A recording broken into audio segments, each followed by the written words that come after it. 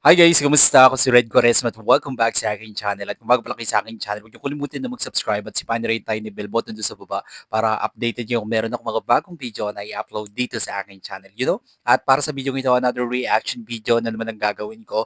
So magre-react ako guys dito sa pambato natin sa Miss Grand International 2025 na si Miss Emma Mary Tiglao. Our Miss Grand Philippines 2025 Emma Mary Tiglao turned up the heat during the MGI 2025 swimsuit competition at the Intercontinental Wahin Resort. And sobrang excited ako guys na mapanood itong performance ni Emma. And tara, play na natin ito. Without further ado, let's begin in 1, 2, 3. 3, go. So, yeah. So, here we go. Miss Grand Philippines! Grabe. Ganda ni Emma, no? Grabe yung face card niya, no? Ayan na. Wow! Sobrang sexy. Ang ganda ng lakad niya, yung pasarela niya. Grabe, sinasanay ba siya ni CJ?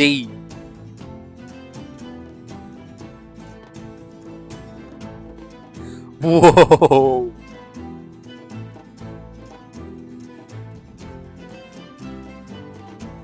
Grabe, napakagaling.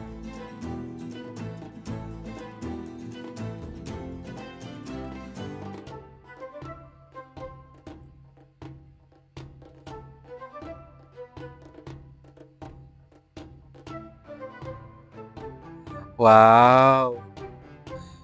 Guys, sobrang lakas ng laban natin. Ginagalingan talaga ni Emma.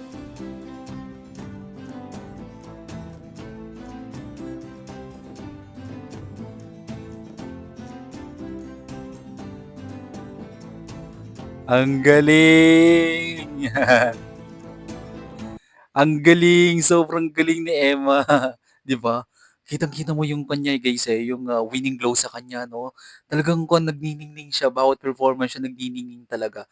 Bawat na napapanood ko na mga video dito sa social media, talagang kitang-kita mo yung winning glow kay Emma 'no. Talagang umiilaw siya sa galing. Gano'n 'no, corona na lang talaga yung kulang and sobrang lakas talaga ng laban natin ngayon sa Miss Grand International and sana, sana 'di ba, i-manifest na natin guys na mag-back to back tayo. I-claim na natin 'yan, alright? Kung nagustuhan niyo 'to guys, bigyan niyo 'to malaking likes, mag-comment kayo kung meron kayong mga request na video na puwede kong gawin dito sa aking channel, Bye po.